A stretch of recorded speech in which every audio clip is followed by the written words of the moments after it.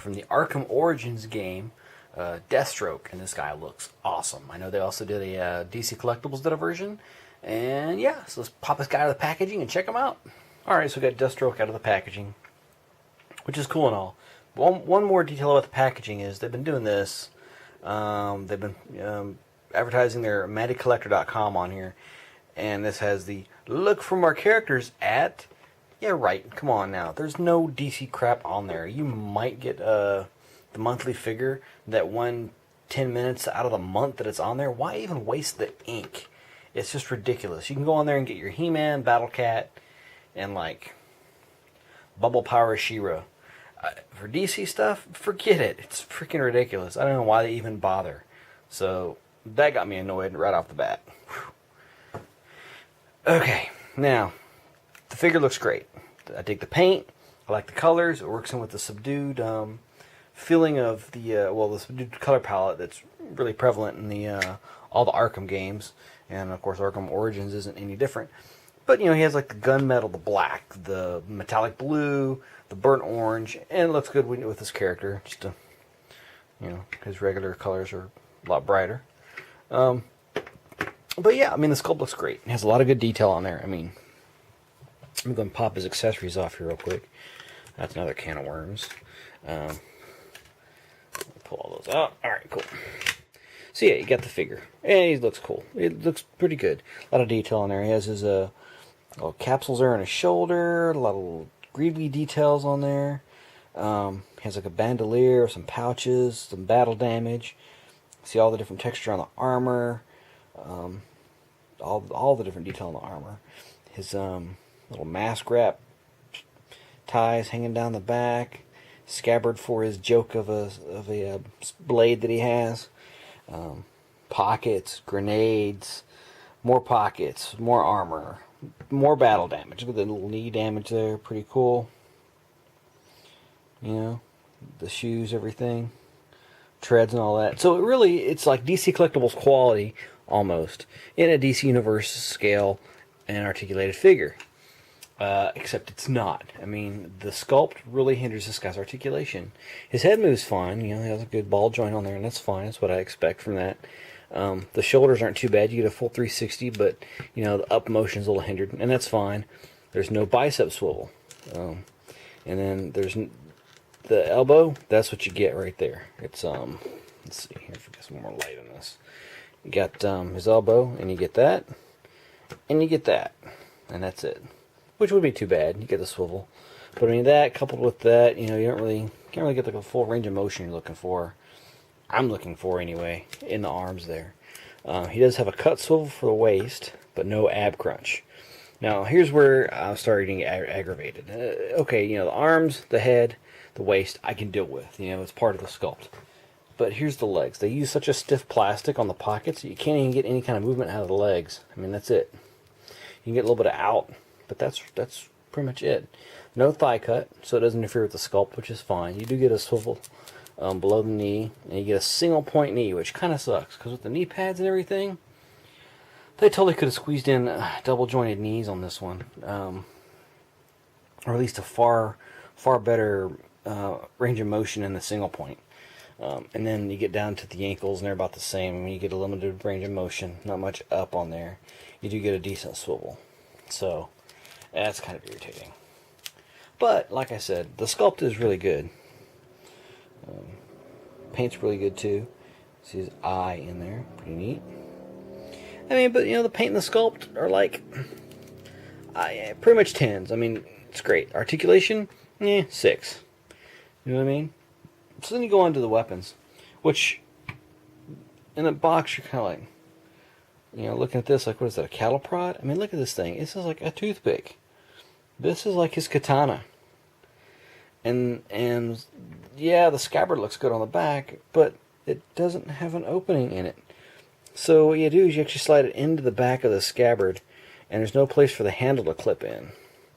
So you end up bending your sword so it contours with his back. You see what I'm saying? Because this is going straight, but then the blade is actually curving down to fit inside there, because it actually does go all the way down. You can see it inside there. If I can get the angle right on, you can see it. See a little piece of detailing there.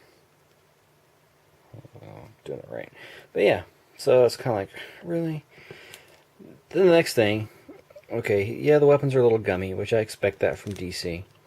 You know, but his gun's kind of warped up, and it just sticks in the side there. Now, I haven't got far enough in the game to run across Deathstroke. I do have the character downloaded for the little challenge packs and all that stuff.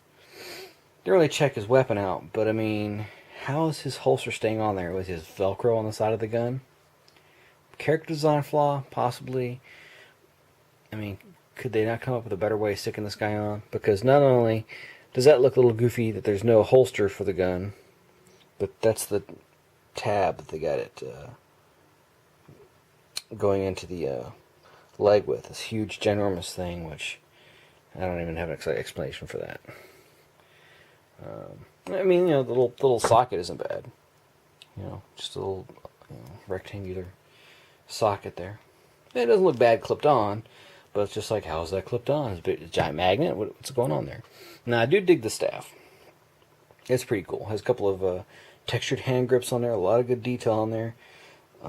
This might go to my Damian Wayne custom Robin if I ever do one. Or my regular Deathstroke might get it, because I think I gave my Deathstrokes staff away to Robin or Nightwing or somebody. The hands are sculpted fine. I mean, they kind of have a semi-trigger, semi-relaxed, you know, yet still gripping thing. So that's pretty good. I mean, that way, you know, you can be standing there just looking menacing. You can put a weapon in his hand and it's fine. You know, it looks natural both ways for the most part. You know. But, I mean, the staff should be, it was about the rigidity I would expect. But then the weapons are just so gummy. I mean, these things are just like, really? You know, and this is an adult collector line.